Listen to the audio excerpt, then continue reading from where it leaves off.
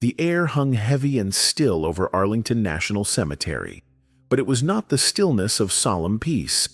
Instead, it was the charged calm before a storm, a silence pregnant with disbelief and simmering outrage. Sergeant Major Elijah Eli Vance, his gaze fixed on the hallowed white marble of the tomb of the unknown soldier, felt it even through the stoic discipline cultivated over 2 decades. He was a sentinel, a guardian of the nation's most sacred promise, and today that promise felt under siege. Eli Vance was not merely a soldier, he was a living monument to American grit and sacrifice. For 20 years, his life had been defined by the cadence of military service, culminating in his revered position with the 3rd U.S. Infantry Regiment, the Old Guard, specifically as a tomb guard. His body, though showing the subtle wear of countless drills and deployments, moved with an almost ethereal grace on the mat before the tomb, each turn a precise angle, each step a measured distance, exactly 21 paces. This meticulous ritual was more than ceremony. It was a profound act of remembrance, a constant vigil for those who gave everything and left no trace but their valor. Eli's uniform was a masterpiece of precision, creases sharper than any blade, brass gleaming under the weak autumn sun. Every button, every stitch, every polished boot reflected an obsessive dedication to detail that mirrored his devotion to the unknowns.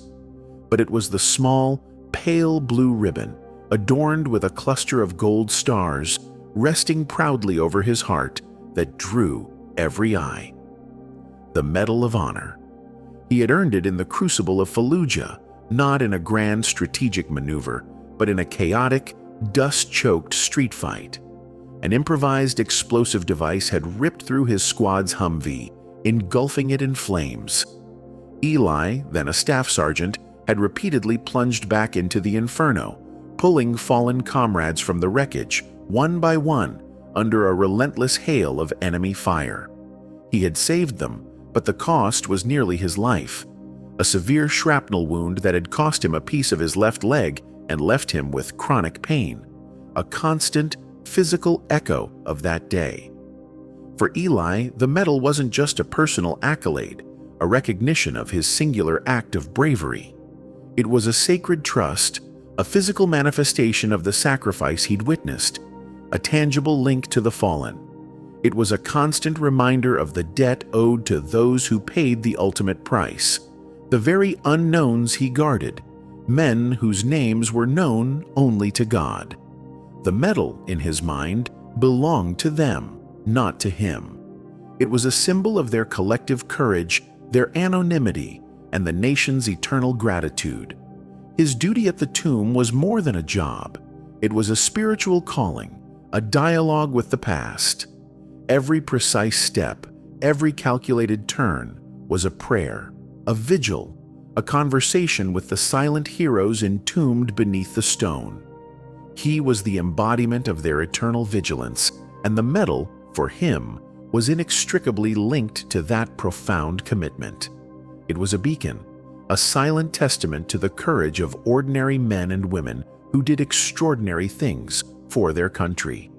He often thought of the nameless soldiers beneath his feet, wondering if their last thoughts were of home, or of duty, or of the comrades they left behind. He was their voice, their memory, and the medal on his chest was their flag. Then came the summons, cold and impersonal, an official letter bearing the seal of the U.S. federal court. It was delivered not by a uniformed messenger, but by a stern-faced civilian process server. Not a deployment order, not a commendation for years of exemplary service, but a notice of a hearing. The plaintiff, Judge Wallace Thorne. Judge Wallace Thorne was a name whispered with trepidation in legal circles, a figure known for his rigid adherence to the letter of the law, often to the detriment of its spirit. He was not a man of compromise or nuance. A career academic and constitutional lawyer, his recent appointment to the federal bench had been met with a mixture of awe for his intellect and apprehension for his inflexibility. Thorne possessed a mind that saw the world in black and white, a meticulous adherence to precedent and written code, rarely swayed by sentiment or tradition. His focus, for reasons that baffled military and veteran communities alike, had narrowed onto Sergeant Major Vance's display of the Medal of Honor during his tomb guard duty. Thorne's legal argument was convoluted, almost Byzantine in its interpretation, hinged on an obscure, rarely invoked military regulation concerning uniform code and ceremonial integrity. He argued that the medal, being an individual decoration, created an unwarranted distinction and a personal narrative that compromised the sacred anonymity of the tomb of the unknown soldier. To Thorne, the tomb was a monument to the collective, a place where all individual glory was subsumed by the greater sacrifice. Any individual accolade, no matter how profoundly earned, was, in his legalistic view, a breach of its intended neutrality and an anachronism to its purpose. He viewed the medal on Vance's uniform not as a tribute to collective heroism, but as a disruptive deviation from a precisely defined ceremonial standard. The military's top brass, including General Marcus Thorne, no relation to the judge, a point of constant grim humor among the general's staff, Eli's commanding officer and a respected veteran himself, had tried every avenue to dissuade the judge. They cited centuries of military tradition, the profound impact on troop morale, the historical significance of the medal, and the deep emotional connection it forged between the living and the honored dead. They patiently explained that the medal on Eli Vance's chest didn't spotlight Eli the man, but rather the values the unknowns died for: courage, selflessness, unwavering duty. They argued that its presence enhanced the tomb's meaning, linking the past sacrifices to living heroes. But Judge Thorne was immovable, a legal force applying an unyielding logic that saw only regulations and legal precedents, not reverence, not sentiment, not the intangible bonds of military brotherhood. The day of the hearing arrived with a chilling precision. The courtroom, usually a sparse, formal space, was packed. It wasn't filled with legal teams and witnesses, but with rows of stoic veterans, their chests covered in their own arrays of hard-won ribbons and campaign medals, their faces grim with a shared sense of foreboding. A contingent of the old guard, Eli's brothers-in-arms, stood silently at the back, their uniforms crisp, their expressions etched with a quiet defiance. Journalists scribbled furiously, their pens scratching like cicadas, sensing the gravity of the impending verdict, the unfolding drama of duty versus decree. Eli stood before the judge, his posture ramrod straight, his gaze steady and unwavering, his hands clasped behind his back as if still performing the perfect guard shift. Sergeant Major Vance, Judge Thorne's voice, devoid of warmth or inflection, resonated through the silent chamber. He spoke like a well-oiled machine, each word calibrated, detached. This court acknowledges your distinguished service and the extraordinary valor that led to your receiving the Medal of Honor. Your bravery is not in question here. However, the integrity of the ceremonial guard at the tomb of the unknown soldier is paramount. The display of personal decorations, particularly one of such singular and powerful distinction, introduces an element of individual focus that this court finds to be in direct contravention of the principles of collective, anonymous remembrance enshrined by the tomb. He paused, adjusting his glasses, a thin, almost academic smile playing on his lips. Therefore, it is the ruling of this court that, effective immediately, during your duties as a sentinel at the tomb of the unknown soldier, the Medal of Honor shall not be worn on your uniform. A collective gasp, a low murmur of disbelief, ripped through the gallery. It was a sound like a physical blow.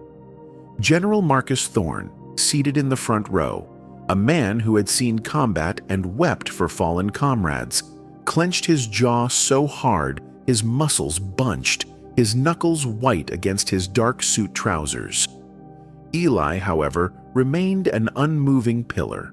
His expression was serene, almost detached, as if the words applied to someone else, or perhaps as if he had already made his peace with whatever was to come. His eyes, the color of storm-swept oceans, held a deep, ancient wisdom. "Sergeant Major Vance," Judge Thorne continued, his voice gaining a slightly sharper edge, a hint of impatience. "Do you understand the court's order?" He leaned forward, a subtle flicker of satisfaction in his gaze, perhaps expecting a resigned, "Yes, sir," the automatic obedience of a soldier. But Eli's response was not what the judge anticipated. A profound silence descended, the kind that could only be filled by the weight of a monumental decision. It stretched, taut, and agonizing. Eli's gloved hand, almost imperceptibly, moved to the metal. His thumb brushed the cool metal, a silent dialogue between man and symbol, between duty and conscience. He thought of Fallujah, of the faces of the men he'd pulled from the wreckage, of the ones he couldn't save. He thought of the solemn promise whispered at the tomb every time he saluted the unknowns. "Sir," Eli's voice began again, slow and deliberate, each word carrying the weight of decades of duty and a lifetime of principle. "With all due respect to this court, I cannot." The courtroom collectively held its breath. The journalists froze, pens hovering over paper.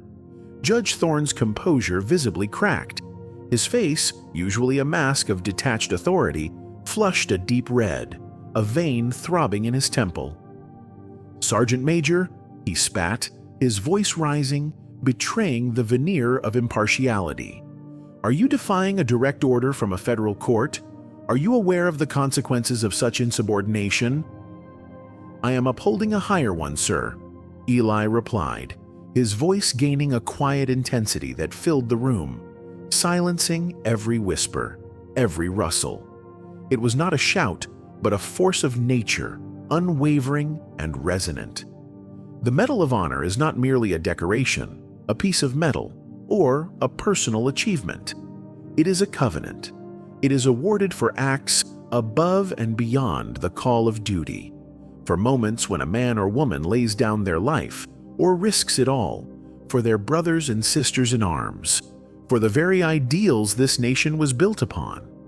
It is awarded in the name of a grateful nation, recognizing the ultimate sacrifice, the very sacrifice made by the unknowns I guard. Their stories are unknown, but their courage is etched into every fiber of this medal. He paused, his gaze sweeping over the faces in the gallery, making eye contact with every veteran, every family member. Then, his eyes burned with a quiet, fierce fire as they settled back on the judge.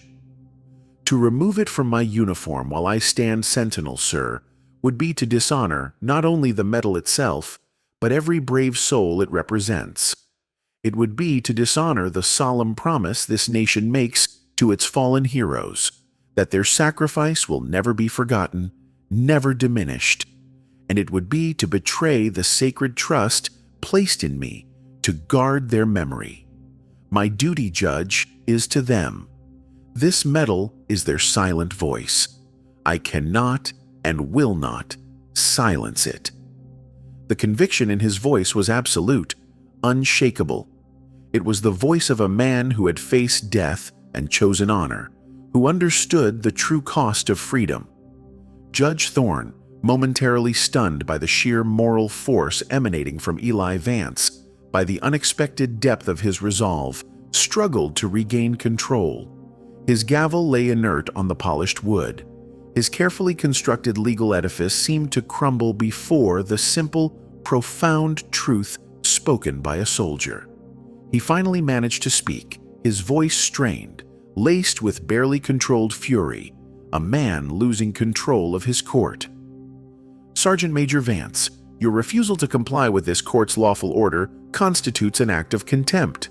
I have no recourse but to issue a formal finding of contempt and, regrettably, recommend your immediate and unceremonious discharge from military service.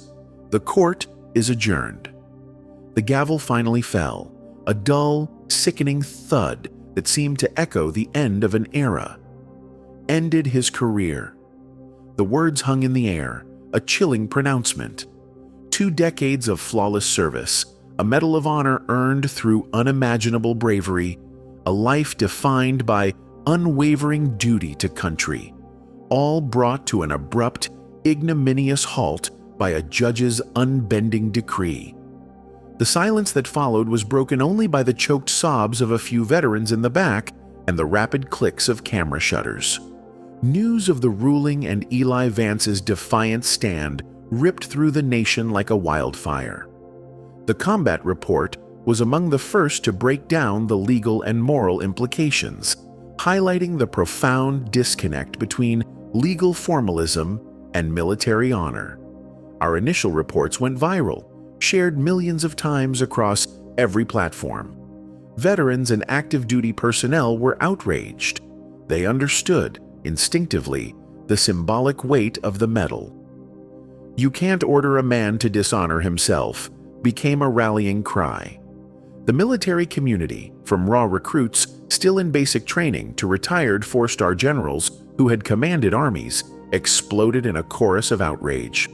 Veterans organizations, initially stunned, quickly mobilized. The American Legion, VFW, and countless smaller groups issued scathing condemnations. Online petitions demanding the reversal of the ruling garnered millions of signatures within hours, crashing servers.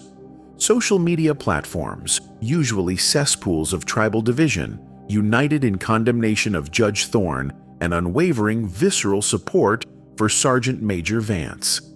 Photographs of Eli at the tomb, his medal glinting proudly, flooded every feed, juxtaposed with angry memes of Judge Thorne. Local news segments became national stories, then international headlines. The pressure on Washington was immense, unprecedented. Lawmakers, caught off guard by the public's furious reaction, scrambled to respond. Senatorial inquiries were launched into the legality and ethical implications of Judge Thorne's ruling. The Secretary of Defense, his face grim during a hastily called press conference, issued a statement expressing profound dismay and initiated an immediate, high-level review of the military's legal options, including a possible appeal. The White House, initially cautious, quickly understood the depth of the public sentiment. Ignoring it was not an option. Phone lines to congressional offices jammed. Email inboxes overflowed. But for Eli Vance, the wheels of bureaucratic justice, once set in motion, ground inexorably forward. Despite the overwhelming public outcry, the contempt citation stood legally binding. He was formally discharged from the Army, his record now marred by an other-than-honorable discharge citing contempt of federal court. It was a stain on a flawless record, a bureaucratic wound that cut deeper than any physical one. His career, indeed, was over. He walked out of the gates of Fort Myer for the last time, not with the ceremonial fanfare befitting a Medal of Honor recipient retiring after decades of distinguished service, but with the quiet dignity of a man who had chosen to sacrifice everything for a principle greater than himself. He carried no boxes, no retirement flag, no farewell handshake from the commanding general, just the silent, immense weight of his convictions. He was no longer Sergeant Major Vance, tomb guard. He was just Eli Vance, a civilian who had defied a judge. What happened next, however, was not what Judge Thorne, nor perhaps even Eli himself, could have ever predicted. The story, far from fading into the churn of the news cycle, grew into a national narrative, a rallying cry for honor and duty. The combat report ran follow-up segments for weeks, interviewing veterans, legal experts, constitutional scholars, and military historians. Each guest underscored the unprecedented nature of the ruling and Vance's moral courage, framing it as a pivotal moment in the ongoing national conversation about respect for service. Eli, who had always shunned the spotlight, who had preferred the quiet solitude of his vigil, became an accidental icon. He didn't rage against the system or seek vengeance against Judge Thorne. Instead, in his rare public appearances at small-town VFW halls, at university auditoriums, on the occasional cable news show, he spoke with quiet power, his voice still that low, resonant baritone. He articulated the profound meaning of the Medal of Honor, not as a personal trophy, but as a shared symbol of sacrifice. He spoke of the sacred, eternal sanctity of the tomb of the unknown soldier, emphasizing its role as a reminder of the collective debt owed to all who serve and fall. He spoke not of his own heroism, but of the collective courage of those he guarded, of the nameless faces in the smoke and fire of combat. "The medal is their voice," he'd say simply. "How could I silence it?" His sincerity was palpable, disarming even the most cynical of interviewers. The public outcry reached a crescendo, culminating in a rare, overwhelmingly bipartisan congressional resolution. This resolution didn't just condemn Judge Thorne's actions, which were later subject to a formal judicial ethics review that led to his eventual, ignominious resignation from the bench, his career effectively destroyed by his own inflexibility. More significantly, the resolution led to the swift passage and signing into law of a new federal statute, explicitly codifying the right for all Medal of Honor recipients to wear their decoration during any official military duty, including all ceremonial ones, if they so choose. It was known simply as Vance's Law, a testament to the power of a single, principled stand. The law ensured that no future Medal of Honor recipient would ever face such a dilemma again. But perhaps the most profound transformation occurred not in the halls of power, but at the tomb of the unknown soldier itself. Veterans, Gold Star families, and ordinary citizens, inspired by Eli's sacrifice, by his unwavering commitment to a higher principle, began a new kind of pilgrimage. They didn't just come to observe the changing of the guard. They came to stand with Sergeant Major Vance, even in his absence. Every day, regardless of weather, hundreds, then thousands, would gather, forming a silent vigil along the ropes, their presence a solemn, unspoken vow of solidarity. They held small American flags, their hands over their hearts, sometimes saluting as the guard marched past. They knew Eli was no longer walking the mat, but his spirit, his quiet defiance, had infused the very air around the tomb with a renewed, profound reverence. The silent sentinels, for the first time, had an invisible legion standing with them, a human wall of respect and gratitude. The tomb, once an awe-inspiring monument, became a living testament to principle. Sergeant Major Thomas Eli Vance never put on his Army uniform again for official duty. His career in the military had indeed ended in that stark courtroom. Yet, in the years that followed, he began a different, perhaps even more impactful, kind of service. He traveled the country tirelessly, often accompanied by General Marcus Thorne, speaking to veterans groups, to high school students, to new recruits. He spoke not of his own heroism, but of the unknowns, of duty, of the true meaning of sacrifice, and of the unwavering moral courage required to uphold principles, even when it cost everything. His talks were not lectures, but quiet, heartfelt reflections that moved audiences to tears and standing ovations. His other-than-honorable discharge was eventually and publicly upgraded to an honorable one by an act of Congress, a rare and symbolic gesture. He was also offered a ceremonial reinstatement into the Army, with the option to retire with full honors and full pension. He politely declined both. "My duty," he'd say with a gentle, knowing smile, his eyes distant, "is no longer on that mat, in that uniform. It's out here. It's out here, reminding everyone why that mat is there, and why we will never, ever forget the promise made to the unknown. That's my guard duty now. Judge Wallace Thorne, his career and reputation shattered by the unprecedented public and legislative backlash, eventually resigned from the bench in disgrace, fading into obscurity, a cautionary tale for those who prioritize rigid interpretation over human empathy. But Sergeant Major Thomas Eli Vance, though his military career ended in that stark courtroom, found a new and infinitely more powerful calling.